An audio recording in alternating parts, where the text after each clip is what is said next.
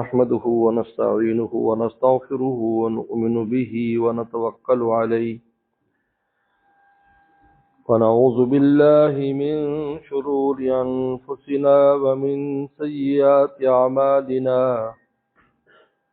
من يهده الله فلا مضل له ومن يضلل فلا هادي له ونشهد أن لا إله إلا الله وحده لا شريك له ونشهد أن سيدنا وسندنا وحبيبنا وشفيعنا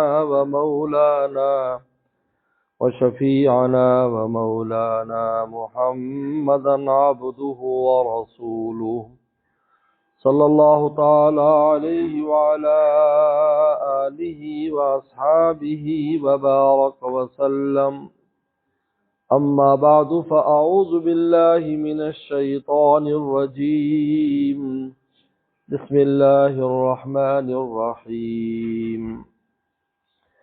قل إن كنتم تحبون الله فاتبعوني يحببكم الله ويغفر لكم ذنوبكم والله غفور رحيم. وقال النبي صلى الله عليه وسلم لا يؤمن أحدكم حتى يكون هواه تبعا لما جئت به أو كما قال عليه الصلاة والسلام. صدق اللہ صدق رسولہ النبی الکریم. میرے محترم بزرگ اور دوستو، اللہ تعالی ارشاد فرماتے ہیں،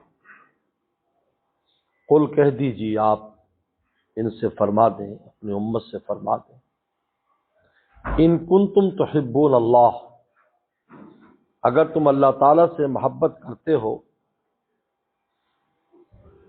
اور اس بات کا دعویٰ ہے کہ ہم اللہ کو چاہتے ہیں، ہمیں اللہ سے پیار ہے، محبت ہے، تو تمہاری محبت معتبر کب ہوگی؟ اللہ کے ہاں قبول کب ہوگی؟ دعوت تو ہے کہ ہم محبت کرتے ہیں، اللہ کی مانتے ہیں، لیکن اللہ تعالیٰ کے دربار میں یہ محبت معتبر بھی ہے کہ نہیں؟ فرمایا فاتبعونی، میں اللہ کے رسول کی اتباع کرو. اللہ کی محبت، بندہ اگر اللہ سے محبت کرتا ہے، اور یہ محبت کرنا فطری تقاضا ہے، یاد رکھیں. جس طرح ماں باپ سے محبت ہمیں فطری ہے، ہمیں کہیں جا کر اس کو سیکھنا نہیں پڑتا، لیکن ہوتا کیا ہے کہ معاشرے میں رہ کر، ایسے دوستوں میں رہ کر اللہ کا والدین کا نافرمان ہو جاتا ہے، تو پھر سمجھانے والے اس کو سمجھاتے ہیں. وہ جو سمجھانے والے سمجھاتے ہیں وہ کوئی نئی بات نہیں کرتے، وہ صرف اس کے دل کے اوپر جو ایک حجاب اور پردہ وہ اتارتے ہیں، تو جو فطری محبت ماں باپ کی ہے وہ جاگ جاتی ہے، اور وہ اپنے ابا اماں کے پاس آ جاتا ہے اور ان کی منت کرتا ہے اور جاری کرتا ہے. بالکل اسی طرح ربا کی محبت بھی ہم انسانوں کے قلوب میں آسمانوں سے دی گئی، کیونکہ ہم جب عالم ارواح میں تھے، آسمانوں پر ہماری روحیں تھی، تو قرآن مجید نے عہد الستو کے نام سے آیات نازل کی ہیں کہ ہم سب روحوں کو جمع کر کے اللہ تعالی نے پوچھا الستو بربکم، میں تمہارا رب نہیں؟ قالوا بلا، سب نے کہا آپ ہمارے رب ہیں، کیونکہ وہاں اور کوئی سہارا ہی نہیں تھا سوائے رب تعالیٰ. سب نے کہا آپ ہمارے رب ہیں. اس لیے کہ اللہ والے فرمایا کرتے تھے، یہ دل آج کا تھوڑی ازل کا شیدائی ہے، یعنی اللہ کا پرانا عاشق ہے، یہ آج کا تھوڑی عاشق ہے، یہ وہاں سے عاشق، آسمانوں سے، جب یہ جسم بھی نہیں تھا. اور روحوں کو پیدا ہوئے تو پتہ نہیں، ہماری جتنی روحیں بہت بوڑھی ہیں، ان کی بڑی لمبی عمریں ہیں، جسم کی عمر کم ہے. وہاں تو روحیں سب کی پیدا ہو چکی ہیں، بس اپنی باری پر زمین پر اترتی ہیں. اب آرڈر ہوتا ہے اس کی روح کو لے جاؤ، جب ٹائم پورا ہو جائے تو واپس لے آؤ. یہ گھوڑا ہمیں دے دیا، جسم کا گھوڑا ہمیں دے دیا کہ اس گھوڑے پر جا کر اس کو سوار کر دو، قیامت کے دن نیا گھوڑا دیں گے. یہ گھوڑا ایسا ہے جو بعد میں پیدا ہوا ختم ہو جائے گا، اور وہ گھوڑا جو دیں گے، وہ جو جسم دیں گے، ویسا ہوگا جو ابد الآباد رہے گا۔ لیکن روح کو فنا نہیں ہے، روح جب اللہ نے پیدا کر دی تو اب اس کو فنا نہیں ہے۔ اس لیے آدمی مرنے کے بعد ختم نہیں ہوتا کہ ختم ہو گیا، بلکہ منتقل ہو گیا، ایک جگہ سے دوسری جگہ چلا گیا۔ اس لیے انتقال کا مطلب کیا ہوتا ہے؟ ہمارے دیار میں، پاکستان، ہندوستان، بنگلہ دیش میں جی مکان کا انتقال ہو گیا، اس کا مطلب کیا ہوتا ہے کہ مکان تو وہی ہے، مالک بدل گیا۔ یہاں بھی روحیں ختم نہیں ہوتی، روح کی جگہ منتقل ہو جاتی۔ پہلے عرش کے نیچے تھی، اب زمین پر آئی، اب زمین پر آنے کے بعد اپنے اعمال کے اعتبار سے یا وہ علیین میں چلی جائے گی یا وہ تحت الثری میں سجین میں چلی جائے گی، لیکن اس سے پہلے سب عرش کے نیچے ہے، اس کا خزانہ عرش کے نیچے ہے۔ حدیث شریف میں آتا ہے کہ عرش کے نیچے روح کا خزانہ ہے، وہاں سے بھیجی جاتی ہے۔ اللہ والے کہتے ہیں کہ بھی اپنی روح کو عرش تک پہنچاؤ۔ اب بعض لوگ تعجب کرتے ہیں، عقلی بات کرتے ہیں کہ یہ کیسے ہو سکتا ہے ہم عرش تک ہماری روح پہنچ جائے۔ بھائی اگر میں اور آپ ہندوستان پاکستان سے ہیں تو ہم جا بھی تو سکتے ہیں نا، جب روحیں وہاں سے آئی ہیں تو ہماری روح جا بھی سکتی ہے۔ ذرا نیکی کرو، ذرا اللہ اللہ کرو، ذرا اللہ تعالیٰ کا عشق اور محبت اپنے اور غالب کرو تو دیکھو انشاءاللہ آپ کی روح وہاں تک پہنچے گی۔ جب آئی وہاں سے تو جا بھی سکتی ہے۔ تو عالم ارواح سے اللہ تعالیٰ نے یہ روح زمین پر، تو ہمیں ہماری روحوں کو اپنی محبت کی چاشنی چکھائی ہے۔ یہ دل آج کا چھوڑی اثر کا شیدائی ہے، کی پرانی چوٹ جو ابھر آئی ہے۔ دنیا میں جب اللہ کی محبت ظاہر ہوتی ہے، یہ کوئی نئی چیز نہیں ہے، یہ وہ چیز ہے جو آسمانوں سے ہم لے کر آئے تھے، لیکن وہ دب گئی اس ماحول میں آ کر۔ لیکن پھر کسی کے یاد دلانے سے، کسی کے سمجھانے سے، کسی کے تعارف کرانے سے جب وہ ہمارا حجاب دور ہوا اور نفس اور شیطان کے راستے سے ہٹے تو وہی اللہ کی محبت جاگ اٹھی۔ تو اللہ تعالیٰ سے محبت کرنا فطری چیز ہے، یاد رکھو۔ اس لیے پیغمبر سلام کی ایک دعا ہے، اللہ مفتح اقفال قلوبنا بذکری، اللہ ہمارے دلوں کے تالے کھول دے اپنے ذکر کی برکت سے۔ یہ جو ہم ذکر کرتے ہیں اس سے کیا ہوتا ہے؟ دل کا تالا کھلتا ہے۔ اب دل کا تالا کھولنے سے کیا مراد ہے؟ یعنی تیرے دل میں خزانہ پہلے سے رکھا ہے، لیکن نفس اور شیطان نے اس پر تالا لگا دیا۔ اب تو جب ذکر کرتا ہے تو تالا کھلتا ہے، اور وہ جو دولت پہلے سے تیرے دل میں رکھی ہے وہ ظاہر ہو جاتی ہے۔ وہ اللہ کی محبت ظاہر ہو جاتی ہے، رسول اللہ کا عشق ظاہر ہو جاتا ہے، دین اسلام پر چلنے کا جذبہ ظاہر ہو جاتا ہے۔ اس پر تالا کس نے کا؟ نفس نے تالا لگایا ہے۔ اس لیے مولانا جلال الدین رومی رحمۃ اللہ علیہ بہت بڑے بزرگ گزرے ہیں،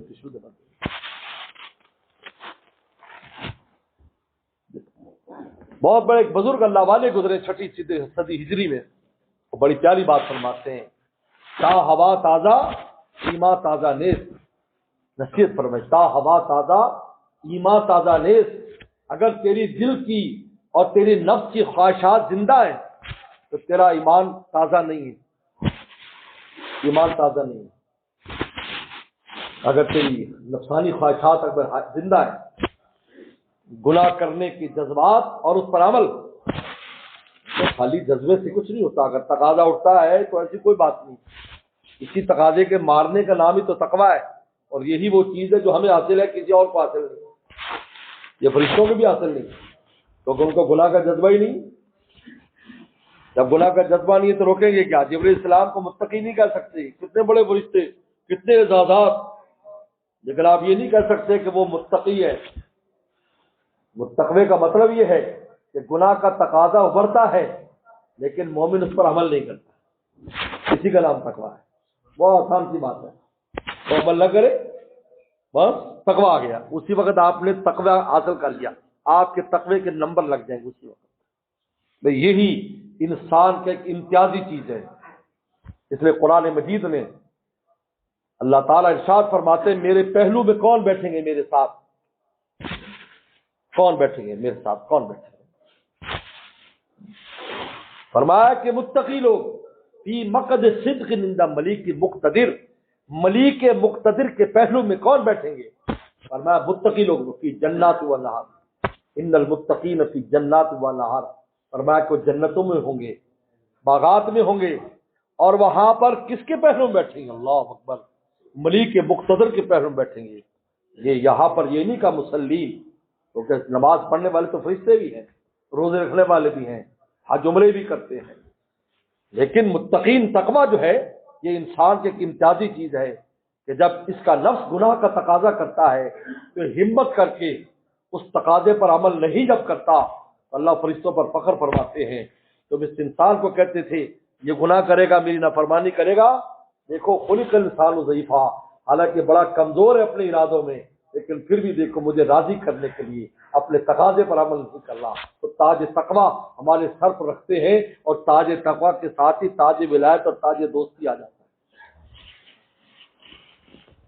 تو مولانا جلال الدین رومی فرماتے تا ہوا تازہ ایمان تازہ نیز، جب تک تیری خواہشات زندہ ہے، ہر آدمی اس کسوٹی پر اپنے آپ کو دیکھ سکتا ہے، اگر نفس کے تقاضے عمل کر رہا ہے تو اس کا ایمان تازہ نہیں ہے، اس کا ایمان پر میل آیا ہوا ہے، اس کا ایمان کمزوری پر جا ٹمٹماتا چراغ بن رہا ہے۔ تا ہوا تازہ ایمان تازہ نیز، آگے فرماتے ہیں کہ ای ہوا جس قبل دروازہ نیز، کہا کہ ایمان کے دروازے پر اور اللہ کے دروازے پر جو تالا ہے نا، یہ نفس لگاتا ہے، یہ نفس تالا لگا دیتا ہے۔ جب یہ تالا لگا دیتا ہے تو وہ جو دولت پہلے سے ہمارے دل میں چھپی ہوئی ہے، اس لیے رسول اللہ نے فرمایا کہ اللہ مفتح قال قلوبنا بذکر، اللہ اپنی ذکر سے ہمارے دلوں کا تالا کھول دے، کیونکہ جب انسان ذکر کرتا ہے، اللہ کو یاد کرتا ہے تو پھر وہ تالا کھلتا ہے، تو تالا کھلتا ہے تو اندر جو دولت پہلے سے رکھی ہے وہ کون سی اللہ نے اپنی محبت اور معرفت کی دولت رکھی ہے، وہ ظاہر ہو جاتی ہے، ظاہر ہو جاتی ہے تو انسان ہدایت اور نیکی کے راستے پر آ جاتا ہے، اس کو ہر چیز آسان لگتی ہے۔ فَسَنُيَسِّرُهُ لِلْيُسْرَىٰ، جنت کا راستہ اس کے لیے آسان کر دیتے ہیں، جنت بہت آسان ہے، عجیب ہے، جنت کو یسرا فرمایا اور وہ آسان کر دیتے ہیں، ہے آسان۔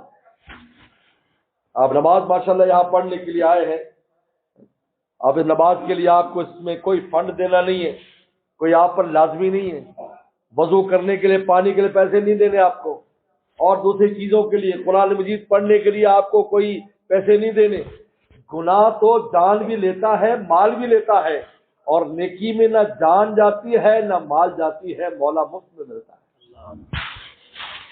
فَسَنُيَسِّرُهُ لِلْيُسْرَىٰ، ہم آسان کو آسان کر ہے، جنت آسان ہے لیکن ہم اس کو آسان یعنی رکاوٹیں دور کر دیتے ہیں، توفیقات دیتے ہیں، نیکیوں کی توفیق عطا کرتے ہیں، پھر اس کا جذبہ اٹھتا ہے میں یہ کام کر لوں یہ کام، پھر اس کو اس پر کھڑا کر دیتے ہیں، کیونکہ توفیق کا ایک معنی ہوتا ہے اسباب مہیا کرنا۔ اللہ نے اسباب دی، ہم نے وضو کر لیا، ہم نے کپڑے صاف ستھرے کپڑے پہنے، جمعے کی تیاری کی، اور ہم مسجد اپنی گاڑی پر بیٹھ کر مسجد، یہ ایک توفیق یہ ہے، اور دوسری توفیق اللہ اکبر کر کے ہم ہاتھ باندھ کر دربار میں داخل ہو گئے، یہ وہ توفیق ہے کہ جس کے بعد قبولیت ہی قبولیت ہے۔ یہ پہلی توفیق میں کمی ہو سکتی، خدا نخواستہ صاحب یہاں پہنچے، ٹیلی فون آ گیا، آپ کو ہاسپٹل میں جانا ہے، ایمرجنسی ہو گئی اور آپ وہاں سے واپس چلے گئے، لیکن عافیت کے ساتھ مسجد میں انٹر ہو گئے اور نماز جمعہ ادا کر لی، یہ اللہ اکبر کرتے ہی جو توفیق شروع ہوگی، یہ وہ چھپی ہوئی توفیق ہے جو اپنے خاص بندوں کو دیتے ہیں، جس کو چاہتے ہیں دیتے ہیں، ورنہ بہت سے لوگ منزل کے قریب جا کر واپس آ جاتے ہیں، منزل پر نہیں پہنچ سکتے۔ اللہ تعالیٰ ارشاد فرماتے ہیں، اللہ تعالیٰ سے محبت کرنا فطری چیز ہے، اگر تم اللہ سے محبت کرتے ہو، تمہارا دعویٰ ہے ہم اللہ سے محبت کرتے ہیں، تو تمہاری یہ محبت ہمارے دربار میں کب پہنچے گی؟ فَاتَّبِعُونِی، ہمارے نبی کریم صلی اللہ علیہ وسلم کے راستے کو اپناؤ، اپنی مرضی والا راستے اختیار نہ کرو۔ بھائی یہیں سے سنت اور بدعت کا فرق ہوتا ہے، بھائی یہ سمجھ لیا۔ بخاری شریف کی حدیث ہے، پیغمبر صلی اللہ علیہ وسلم کے پاس ایک آدمی آیا، صحابی سے گاؤں دیہات سے آئے، صحابہ اکرام کی ایک عجیب آدمی، بڑے سادہ لوگ تھے، بالکل سیدھی سادی بات کر دیتے تھے کہ جی ہمیں یہ ہو رہا ہے، یہ صحابہ کی یہ دیکھو، اس کے بغیر روحانی علاج نہیں ہوتا۔ آج ہم بزرگ جاتے ہیں گول مول بات، مفتی کے صاحب پاس جائیں گے تو گول مول مسئلہ بیان کریں گے، ایسا گول مول کہ وہ بیچارہ مفتی صاحب بھی اسی کے اندر پھنس کے رہ جائے اور اللہ والا بھی پھنس کے رہ جائے، تو کیسے علاج ہوگا؟ صحابہ بہت سادہ، صاحب کہتے ہیں حضرت میں یہ ہو رہا ہے، تو پیغمبر سلام کا علاج فرما دیتے۔ صحابی آئے کہ حضرت پیغمبر سلام تشریف فرما ہے، آپ پر انوارات کی بارش، کیونکہ آپ پر ویسے ہی نور رہتا تھا، حدیث شریف میں آتا آپ کے ناک مبارک کے اوپر ہر وقت نور کا حالہ چڑھا رہتا تھا، لوگ سمجھتے تھے کہ آپ کا ناک لمبا ہے، جب غور کرتے تو وہ نور ہوا کرتا تھا، آپ گفتگو فرماتے تو آپ کے ثنایا اور اگلے دانتوں میں جو تھوڑا فاصلہ تھا اس میں سے نور نکلا کرتا تھا، اور جب خاص اوقات ہوتے تو انوارات بڑھ جاتے، اور رمضان مبارک میں اور بھی اضافہ ہو جاتا، جبریل صلی اللہ علیہ وسلم آتے تو اور اضافہ ہو جاتا۔ صحابی نے دیکھا وسلم، او ہو ماشاءاللہ نور میں ڈوبے ہوئے، تو اس کے دل میں ایک جذبہ پیدا ہوا، صحابی کہا کہ اللہ کے نبی صلی اللہ علیہ وسلم میرا دل چاہتا ہے میں آپ کو سجدہ کروں، یہ اس نے اپنا ایک جذبہ درخواست رکھی پیغمبر خدمت میں آپ کو سجدہ کروں۔ آپ نے کیا ارشاد فرمایا؟ آپ نے ارشاد فرمایا کہ اگر سجدہ غیر اللہ کے لیے جائز ہوتا تو میں عورتوں سے کہتا وہ مردوں کو سجدہ کریں، کہ اللہ نے یہ سر سجدے کے لیے اپنی ذات کے لیے بنایا ہے۔ صحابی وہیں رک گئے، اپنے جذبے پر عمل نہیں کیا کہ میرا دل چاہتا ہے۔ اس لیے قرآن نے کہا کہ تم تو کہتے ہو کہ ہم اللہ سے محبت کرتے ہیں، رسول اللہ سے عشق کرتے ہیں، تمہارے عشق معتبر کب ہے؟ فاتبعونی، اللہ کے نبی صلی اللہ علیہ وسلم کے راستے پر چلو، اپنی مرضی پر نہ چلو کہ میری مرضی، میرا دل چاہتا میں ایسے کروں گا، یہ عشق معتبر نہیں ہے۔ مولانا جلال الدین رومی رحمۃ اللہ علیہ نے ایک واقعہ بڑا دلچسپ بیان کیا ہے کہ ایک آدمی انہوں نے کہا جی میری شادی ہو رہی ہے فلاں قبیلے میں شادی ہو رہی ہے، اور لوگوں کو کہہ بھی دیا بھی بارات کے لیے آ جاؤ، یار لوگ آ گئے، خوب جو ہے تیاری کر کے آ گئے، جوان لوگ اس کے جو جوان دوست تھے انہوں نے کہا جی ہلا گلا کریں گے اور غل غبارہ کریں گے، اور وہ جہاں پر بارات جانی تھی نا، جس کے گھر میں جن کی لڑکی یا جن کی بہن سے شادی تھی، ان کو پتہ بھی نہیں ہے کہ رشتہ طے ہوا ہے۔ آپ بتائیں ایسی بارات کا کیا ہوگا پھر؟ بولو، ان کو معلوم بھی نہیں کہ ہمارے گھر کسی بارات نے آنا ہے۔ تو مولانا فرماتے ہیں، مولانا رومی رحمۃ اللہ علیہ، درخانہ داماد پورا شور و شر کہ داماد کے گھر میں تو شور ہو رہا ہے، کہو بارات جاری، اور خانہ دختر نباشت ہیچ خبر، اور جہاں بارات جانی ان کو خبر بھی نہیں۔ مولانا رومی مثال دے کر کہتے ہیں میں اور آپ تو دعویٰ کرتے ہیں اللہ رسول کے عاشق ہیں، لیکن میرا آپ کا عشق اوپر دربار میں پہنچ بھی رہا ہے یا نہیں؟ ایسا نہ قیامت کی جائے جی اللہ ہم نے تو آپ کے عشق میں یہ کیا وہ کیا، اللہ فرمایا ہمارے ہاں تو کوئی چیز نہیں پہنچی، یہاں تو کوئی چیز نہیں آئی، تو اوپر جانا آسان نہیں ہے چیزوں کا۔ اگر انسان قاعدے کے مطابق بھی کرے، شریعت کے مطابق بھی کام کرے، اور نیت میں فرق آ جائے، وہ اوپر نہیں جاتی۔ اخلاص نہیں ہے مثلا، وہ اوپر نہیں جاتی، یا اخلاص بھی ہے خلاف سنت ہے، عصر کے بعد کوئی نفل پڑھ رہا ہے، سورج کے جو ہے نا وہ زوال کے بعد کوئی نفل پڑھ رہا ہے اور بڑے اخلاص سے پڑھ رہا ہے، اللہ بس تیری رضا کے لیے میں 2 رکعت پڑھ رہا ہوں، 4 رکعت پڑھ رہا ہوں، آپ مجھے بتائیں، ماشاءاللہ آپ سمجھدار ہیں، بتاؤ اس کی 2 رکعت 4 رکعت قبول ہیں؟ قبول نہیں، خلاف سنت ہے۔ اگر سنت کے مطابق ہی اور اخلاص ہے تب بھی معتبر نہیں۔ تو دربار الہی میں کسی عمل کا پہنچنا کہ ہمارا عمل وہاں پہنچ جائے، فاتبعونی، میری اتباع کرو، میں رسول اللہ کی اتباع کرو، ہر عمل میں دیکھو کہ رسول اللہ نے اس عمل کو کیسے کیا ہے، پھر جب وہ تم عمل کرو گے وہ دربار الہی میں پہنچ جائے گا۔ اور صرف یہ نہیں کہ دربار میں قبول ہوگا، یحببکم اللہ، پھر اللہ تعالیٰ تم سے محبت کرنے لگیں گے۔ ہر آدمی اگر یہ دیکھنا چاہتا ہے کہ مجھ سے اللہ کو کتنی محبت ہے تو یہ دیکھ لے کہ اتباع رسول میں وہ کتنا ہے، بس اسی سے وہ اپنا اندازہ کر سکتا ہے۔ یحببکم اللہ، چلو قبول نہیں عمل، بلکہ اس کے اوپر جو زائد چیز دیں گے کہ اپنا محبوب بنا لیں گے، اس شخص کو اپنا محبوب بنا لیں گے۔ یہ بہت اونچی بات ہے۔ اس لیے فرعون سے جادوگر نے کہا تھا اَإِنَّ لَنَا أَجْرًا، کہ اگر آپ موسیٰ علیہ السلام کو آپ نے پر اگر جیت جاتے ہیں تو ہمیں اجرت ملے گی، پیسہ ملے گا، پگاڑ ملے گی، انعام ملے گا۔ تو فرعون تو چونکہ بادشاہ تھا، ان کے بہت چھوٹے لوگ ہیں یہ، کہتے پیسے ملیں گے، بادشاہ کو پیسے دینے کا مشکل ہے۔ انہوں نے کہا نام پیسے تو ملیں گے، وَإِنَّكُمْ إِذًا لَّمِنَ الْمُقَرَّبِينَ، میں تمہیں درباری بنا لوں گا، درباری، میرے دربار کے لوگ بن جاؤ گے۔ جب دربار کے بن جاؤ گے تو پیسہ پائی تو تمہارے پاؤں کے اندر ویسے ہی بسا جائے گا، کیونکہ جب آدمی درباری ہو جاتا ہے تو پھر ساری دنیا اس کے قدموں میں پڑی ہوتی ہے، اس سے سفارشیں کراتی ہے بادشاہ تک پہنچنے کے لیے۔ انہوں نے کہا تم صرف پیسے کی بات کرتے ہو، پیسہ تو ملے گا جو تم کہو گے، لیکن اس کے ساتھ جو اصل انعام دوں گا کہ دربار الہی میں تمہیں اپنے دربار میں تمہیں مقرب بنا لوں گا۔ تو اللہ تعالیٰ ارشاد فرماتے ہیں جب ہمارے محبوب کی تم اتباع کرو گے اور اس کے راستے پر چلو گے اور ان کی لائف سٹائل کو اپنانے کی کوشش کرو گے تو پھر کیا ہوگا؟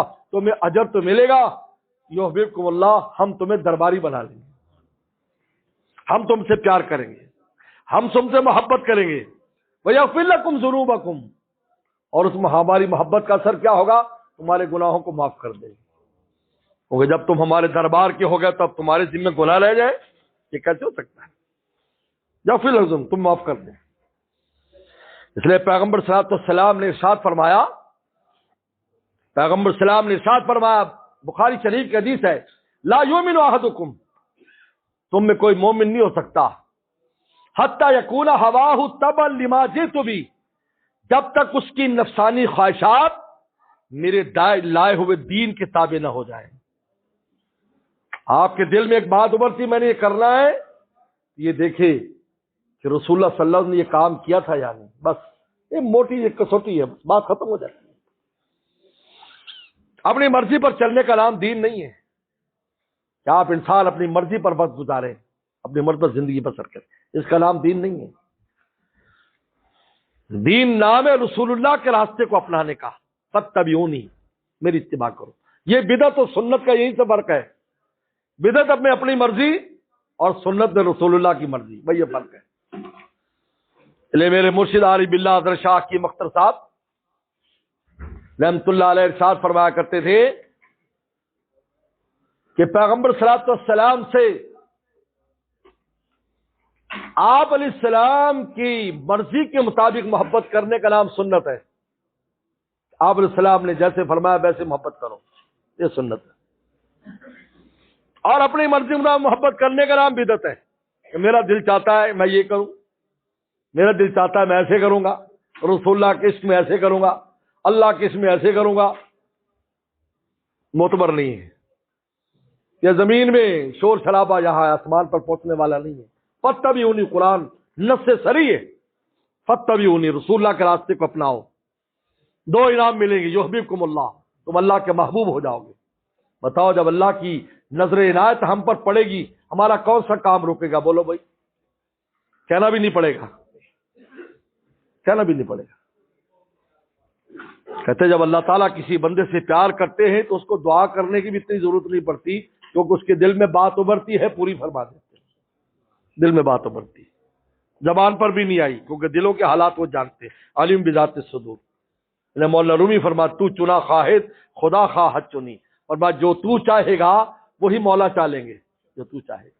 مید جزدہ مراد متقی، اللہ تعالیٰ متقی بندوں کی دلوں کی مرادیں بھی پوری فرما دیتے ہیں، زبان سے بھی، آپ ہاتھ بھی نہیں اٹھائے کیونکہ محبوب ہے نا۔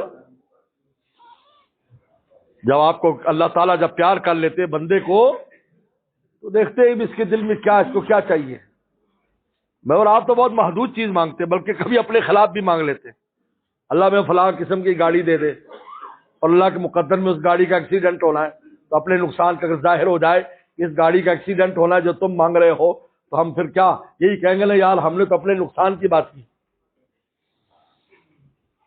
اس لیے کہ اللہ والے نے بڑی پیاری بات کی، فرمایا کرتے تھے کہ بے کیفی میں بھی ہم نے کیف مسلسل دیکھا ہے، جس حال میں بھی وہ رکھتے ہیں اس حال کو اکمل دیکھا ہے، جس راہ کو ہم تجویز کریں اس راہ کو افضل دیکھ، جو میں اور آپ تجویز کرتے ہیں کہ ایسا ہونا چاہیے، ایسا ہونا چاہیے، ایسا ہونا چاہیے، ہو سکتا ہے کہ آپ اپنے خلاف ہی سارا کچھ کر رہے ہیں، اور جس راہ سے وہ لے جاتے ہیں اس راہ کو اصل دیکھا ہے، اور اللہ جس راستے سے بندے کو لے جاتے ہیں وہ سب سے آسان اور بہترین راستہ ہے۔ اللہ تعالیٰ جس وقت کسی بندے کو بیمار فرماتے ہیں اس وقت وہ بیماری اس کے لیے بہترین، جب صحت دیتے ہیں تو صحت اس کے لیے بہترین، جب مال دیتے ہیں تو مال اس کے لیے بہترین، جب مال میں کمی کرتے ہیں تو مال میں کمی اس کے لیے بہترین، کیونکہ یہ مقصودات نہیں ہیں، مقصود اللہ کو راضی کرنا ہے۔ وہ دیکھتے ہیں کہ یہ مال اس کو تمرد اور سرکشی میں لے جانے والا ہے، تھوڑا مال کم کر دیتے ہیں، وہ بندہ لیول پر آ جاتا ہے اور اللہ کو رجوع کر لیتا ہے۔ ہمارے یہاں ایک آدمی تھے، نماز نہیں پڑھتے تھے، مسجد نہیں آتے تھے، بعد میں گورنمنٹ نے ان کو نکال دیا، گورنمنٹ میں نکال دیا تو پھر تہجد پڑھنے لگ گئے، تہجد گزار ہو گئے، 5 سال کے بعد بحال ہو گئے، پچھلی ساری تنخواہ اکٹھی مل گئی، اب اکٹھی تنخواہ ملی تو مکان بنا لیا، ویسے پیسے اکٹھے نہیں ہوتے تھے، وہ 5 سال تو گزر ہی گئے جیسے گزر رہے تھے، دال روٹی ملتی رہی، دال روٹی تو کبھی بند نہیں ہوتی، جب مرغا بند ہو جاتا ہے دال روٹی تو چلتی رہتی۔ ہمارے مرشد کے پاس ایک نوجوان ہے کہ جی میں بہت بے روزگار ہوں اور یوں بڑی شکایتیں کرنے لگا، فرمایا پہلے جو کھاتے تھے اس کھانے میں کوئی کمی آئی کہ نہیں؟ کمی تو نہیں آئی، صبح کو مکھن کے ساتھ ناشتہ ہوتا ہے اور دوپہر کو مرغی کھاتا ہوں اور شام کو بھی اسٹیک کھاتا ہوں، تو اللہ کا شکر ہے، لیکن بے روزگار ہو تو فرمایا پھر شکایت کس بات کی کرتے ہو بھائی؟ اللہ یہ تو نہیں پوچھیں گے روزانہ کتنا کمایا تھا، اللہ یہ پوچھیں گے نماز روزہ روزانہ کا پورا کیا تھا یا نہیں، یہ پوچھیں گے، باقی تو ان کا نظام ہے جس طرح بھی چلائے۔ تاجو گزار 5 سال کے بعد پیسے مل گئے، مکان بنا لیا، بچوں کی شادی کر دی، اکٹھے جو پیسے آ گئے، تہجد نہیں چھوٹی، نماز نہیں چھوٹی، جب دنیا سے گیا تو ایک نیک اور متقی انسان بن کر گیا۔ دیکھیے وہ 5 سال اس کے لیے کتنی بڑی سعادتوں کا ذریعہ بن گیا۔ انسان کبھی سمجھتا ہے کہ یہ مصیبت میرے لیے مصیبت، تمہیں کیا پتا کہ اس مصیبت میں کیا علاج رکھا ہے، ہمارا کیسے علاج کرتے ہیں۔ ڈاکٹر پیٹ پھاڑ دے تو پیسے بھی دیتے ہیں کہ لو پیسے لو بھائی، آپ نے میرا پیٹ پھاڑا اور میرا آپریشن کیا، یہ پیسے لو۔ اللہ بھی کبھی بندے کا آپریشن کرتے ہیں، اس لیے بزرگوں نے لکھا ہے کہ انسان کا دل کا پیالہ جب گندگی سے بھر جاتا ہے تو اس کو ٹھوکر مارتے ہیں اللہ تعالیٰ، جب ٹھوکر مارتے ہیں تو گندگی نکل جاتی ہے، سوائے مولا کی ذات کے اس کو کچھ نظر نہیں آتا، اور یہی مطلوب ہے اور یہی مقصود ہے کہ میں اور آپ مولا کے ہو جائیں۔ تو اگر ہم مولا کے بن جائیں گے تو پھر بس جس حال میں بھی رہیں گے پھر اللہ اکبر دل کی مرادوں کو پورا فرمائیں گے۔ می دہل جدہ مراد متقی، اللہ متقی لوگ کی مراد پورا کرتے ہیں۔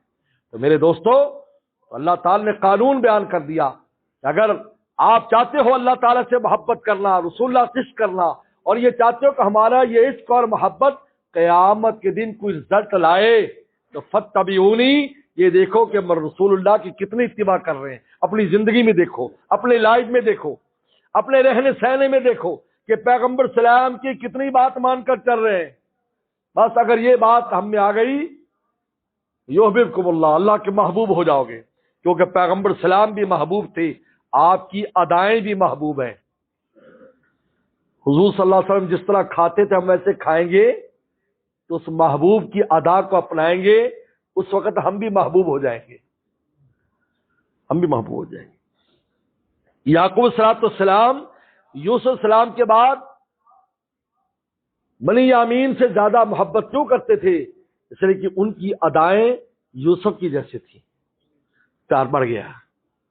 جب رسول اللہ کے راستے کو ہم اپنائیں گے، ہماری ادائیں رسول اللہ جیسی ہوں گی، تو رسول اللہ کی ہر ادا اللہ کو محبوب ہے، تو ہم بھی اس وقت اللہ کے محبوب ہو جائیں گے، اور پھر گناہ بھی معاف ہوں گے، زندگی بھی آسان ہو جائے گی۔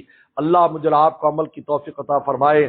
وآخر دعوانا ان الحمد للہ رب العالمین۔